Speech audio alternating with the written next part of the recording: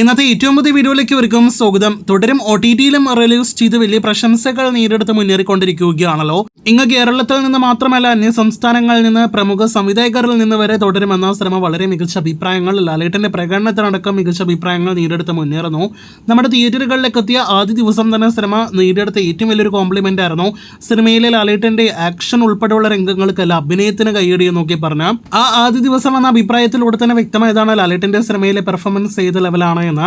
ഒരു സമയത്ത് പ്രത്യേകിച്ച് 2020 മുതൽ 2023 വരെയുള്ള കാലയളവിൽ സോഷ്യൽ മീഡിയയിൽ വളരെ ശക്തമായിട്ടുണ്ടായിരുന്ന ഒരു കമന്റ് ആയിരുന്നല്ലോ, ലാലേട്ടൻ ഇനി അഭിനയത്തിലൂടെ ഒരു തിരിച്ചുവരവില്ല, മടങ്ങിവരവില്ല, അഭിനയമെല്ലാം തന്നെ ലാലേട്ടന് നഷ്ടപ്പെട്ട് കഴിഞ്ഞിരിക്കുന്നു എന്നൊക്കെ പറഞ്ഞ് അതിനെല്ലാം തന്നെ ഒരൊറ്റ സിനിമയിലൂടെ ലാലേട്ടൻ മറുപടി നൽകുന്ന ഒരു കാഴ്ചയാണ് നാം കണ്ടത്. ചില പ്രമുഖ നടന്മാരെല്ലാം തന്നെ എത്ര കരനെ അഭിനയിച്ചാലും ആ സിനിമയുടെ കളക്ഷൻ ബോക്സ് ഓഫീസിലെല്ലാം തന്നെ 20 കോടി രൂപ പോലും നേടിയെടുക്കാനായിട്ട് പെടാപ്പാടുപെടുന്ന ഒരു കാഴ്ച നാം കണ്ടിട്ടുണ്ട്. അവിടെയാണ് തുടരും പോലൊരു ഇമോഷണൽ എൻഡിങ് ഉള്ള സിനിമ 100 അല്ല 200 കോടിക്ക് അപ്പുറം കളക്ഷൻ നേടിയെടുത്ത വലിയ വിജയമായി മാറിയിരിക്കുന്നത്.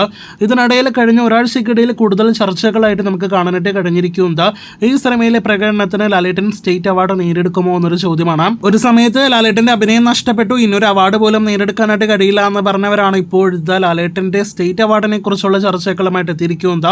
സ്റ്റേറ്റ് അവാർഡ് നേടിയെടുക്കുമോ എന്ന് ചോദിച്ചാൽ അതിനുള്ള ലെവൽ പ്രകടനം സിനിമയിലുണ്ട് എന്ന് നിസ്സംശയം പറയാം. പ്രത്യേകിച്ച് ഈ വർഷത്തിലെ മറ്റ് കോമ്പറ്റീഷൻ എല്ലാം തന്നെ നോക്കുകയാണെങ്കിൽ ഓഫീസർ ഓൺ ഡ്യൂട്ടിയിലെ കുഞ്ചാക്കോ ബോബൻ, സർക്കിട്ടിലെ ആസിഫ്, പൊന്മാനിലെ ബേസൽ ജോസഫ്, ഇതൊന്നും കൂടാതെ എന്തിനേറെ പറയുന്നു ടൊവിനോയുടെ നരിവേട്ട എന്ന സിനിമയിലെ പ്രകടനത്തിനടക്കം മികച്ച അഭിപ്രായങ്ങൾ വന്നിട്ടുണ്ട്.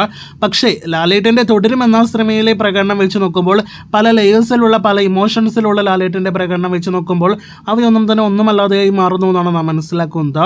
എന്തായാലും ഇനി ഈ വർഷം തീരാനായിട്ട് കുറച്ചധികം മാസങ്ങളുണ്ടല്ലോ. ലാലേട്ടന്റെ പ്രകടനത്തെ മറികടക്കാനായിട്ട് ശക്തനായ ഒരു എതിരാളി അപ്പുറത്തുണ്ടാകുമോ എന്നാണ് അടുത്ത മാസങ്ങളിൽ നാം ഉറ്റുനോക്കുന്നത്. അർഹതപ്പെട്ട പല അവാർഡുകളും ഇതിനോടകം തന്നെ കിട്ടാതെ പോയ ലാലേട്ടൻ ഇത്തവണ തുടരും സിനിമയിലെ പ്രകടനത്തിന് മികച്ച നടനുള്ള അവാർഡ് ലഭ്യമാകുമോ എന്ന് അടുത്ത വർഷത്തോടെ അറിയാം.